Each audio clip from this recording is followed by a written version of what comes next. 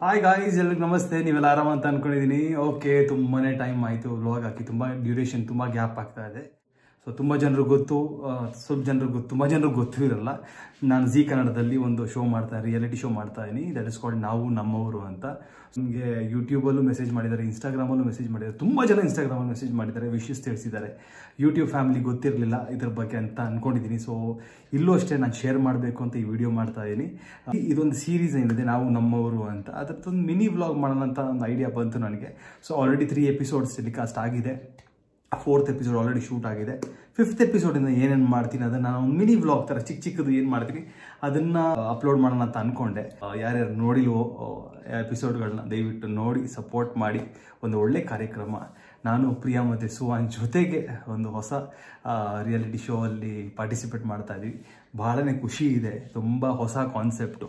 ಯಾರ್ಯಾರು ನೋಡಿದಿರೋ please comment ಮಾಡಿ ತಿಳಿಸಿ, ನಿಮ್ಗೆ ಹಿಂಗೆ ಅನಿಸ್ತು, ನಿಮಗೆ ನಮ್ಮ ಪರ್ಫಾರ್ಮೆನ್ಸ್ ಆಗಿರ್ಬೋದು, ನಮ್ಮ ಕತೆಗಳು ಎಷ್ಟು ಮಟ್ಟಿಗೆ ನಿಮಗೆ ರೀಚ್ ಆಯಿತು, ಎಷ್ಟು ಮಟ್ಟಿಗೆ ನಿಮ್ಗೆ ಇಷ್ಟ ಆಯಿತು ಅಂತ ದಯವಿಟ್ಟು ತಿಳಿಸಿ.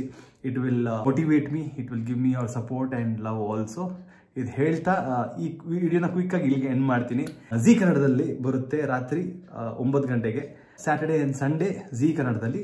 ಮಿಸ್ ಆಗಿರೋ ಹಳೆ ಎಪಿಸೋಡ್ ಕೂಡ ನೋಡ್ಬೋದು ನೀವು. ZEE5 ಆ್ಯಪ್ ಏನಿದೆ ಡೌನ್ಲೋಡ್ ಮಾಡಿ 1st, 2nd, 3rd ಎಪಿಸೋಡ್ ನೋಡಿ, 4th ಎಪಿಸೋಡ್ ನೋಡಿ. ಎಲ್ಲ ನೋಡಿಬಿಟ್ಟು ಪ್ಲೀಸ್ ಕಮೆಂಟ್ ಮಾಡಿ.